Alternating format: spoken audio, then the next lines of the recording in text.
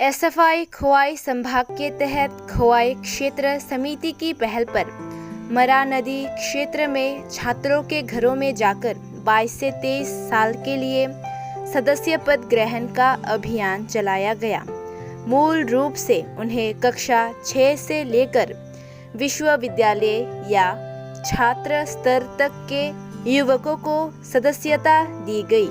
कई नए छात्र प्रगतिशील वामपंथी लोकतांत्रिक राजनीतिक छात्र संगठन उत्साहपूर्वक लक्ष्यों, आदर्शों, कार्यक्रमों को अपना रहे हैं और भाजपा की खूनी निगाहों को नजरअंदाज कर सिर को सीधा रखते हुए संगठन की सदस्यता ले रहे हैं। ये बात संगठन के संभागीय सचिव नारायण दास ने कही। उनके अलावा संगठन के संभागीय अध्यक्ष प्रियतोष देव सहित अन्य नेता भी मौजूद रहे। সভ্যবোধ হলো আমাদের সংগঠনের সবচেয়ে গুরুত্বপূর্ণ প্রাথমিক কাজ। সভ্যবোধ ছাড়া আমাদের সংগঠনের অস্তিত্ব স্বীকার করা যায় না। সভ্যবোধের উপর ভিত্তি করে আমাদের সংগঠন কতটা শক্তিশালী তা বিবেচিত হয়। মূলত আমরা ষষ্ঠ শ্রেণী থেকে অর্থাৎ ক্লাস 6 থেকে বিশ্ববিদ্যালয় পর্যন্ত যারা পড়াশোনার সাথে যুক্ত তাদেরকে আমরা সভ্যপদ দিয়ে থাকি।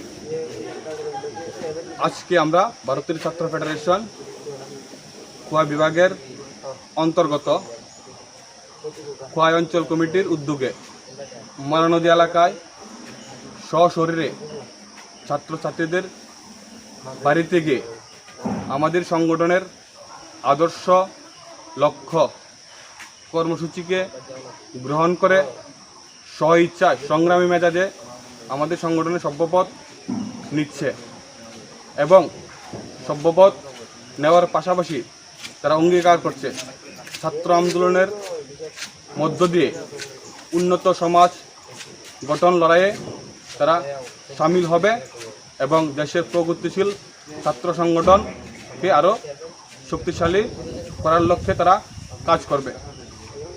এই সময়ে একটা লক্ষণীয় বিষয় হলো 2018 সালের পর থেকে আমাদের রাজ্যে বিজেপি জোট সরকার আসার পর অনেক ছাত্রছাত্রী আক্রমণের ভয়ে আমাদের সংগঠনের সভ্যপদ গ্রহণ করেনি।